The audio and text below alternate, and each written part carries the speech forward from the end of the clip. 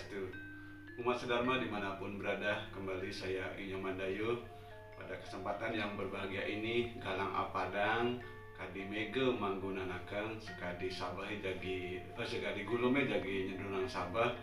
Seperti mendung yang akan menurunkan hujan, saya berbahagia bisa menyapa umat sedharma dimanapun berada.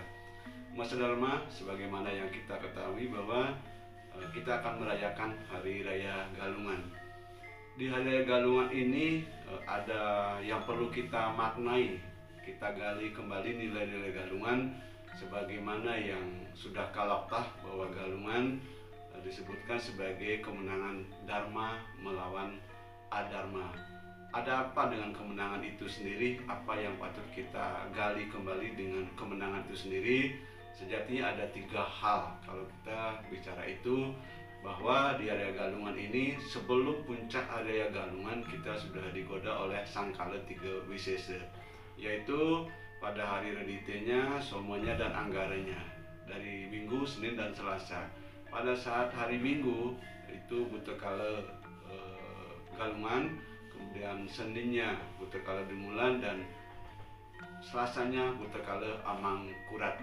Kalau kita perhatikan menurut Wawaran, yaitu Caturwara dan Astawara, bahwa pada saat 3 hari ini yang disebut dengan reditenya Jayakala, somonya Jayakala, dan anggaranya Jayakala, itu ada kata Jaya dan Kala. Jaya dan Kala, Jaya itu kemenangan, kemudian Kala itu dengan waktu. Bagaimana kita menang atas waktu ini? Untuk menang dengan waktu, maka kita harus tunduk juga dengan waktu, kita harus harmoni dengan waktu, dan kita harus menyesuaikan diri dengan waktu itu sendiri. Waktu tentu akan berputar, bersiklus, sebagaimana Sarasamudaya menyebutkan sekadi kedaping tatip, bahwa waktu itu sangat sekejap sekali. Itulah dimensi waktu dalam agama Hindu. Hakikat waktu yang kita lakoni sebagai manusia intinya adalah sadana hayu, subha karma. Kunang penentas akena, subha karma juga ikang asubha karma. Bahwa hakikat waktu itu adalah berbuat baik, melebur perbuatan yang tidak baik itu menjadi baik. Laksana air yang kotor di dalam air, di dalam tempayan, di dalam gelas, kita tuangkan sedikit demi sedikit dengan air kebijaksanaan, dengan air kejujuran, dengan air kebajikan, tentu yang keruh ini akan menjadi baik. Itulah hakikat kita sebagai manusia yang papa, yang dosa. Maka dari itu lakulah baiklah ini untuk melebur perbuatan yang tidak baik. Itulah dimensi waktu yang perlu kita isi, sehingga dengan demikian kita akan menang atas waktu. Kemudian Jaya dan Kala,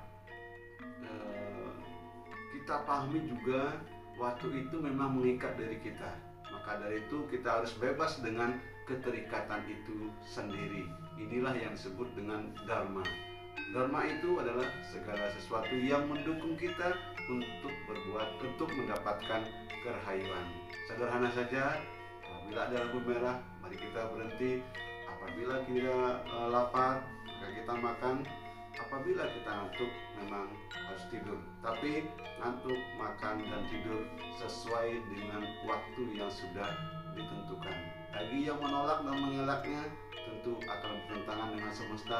Bertentangan dengan hukum semesta, tentu hidup tidak akan harmoni. Itulah kita maknai Jaya dan Kala dan waktu, dan bagaimana melakoni waktu itu sendiri, sehingga Dharma pasti akan bisa kita lakukan dalam keseharian ini, dan kita juga harmoni dengan waktu itu sendiri.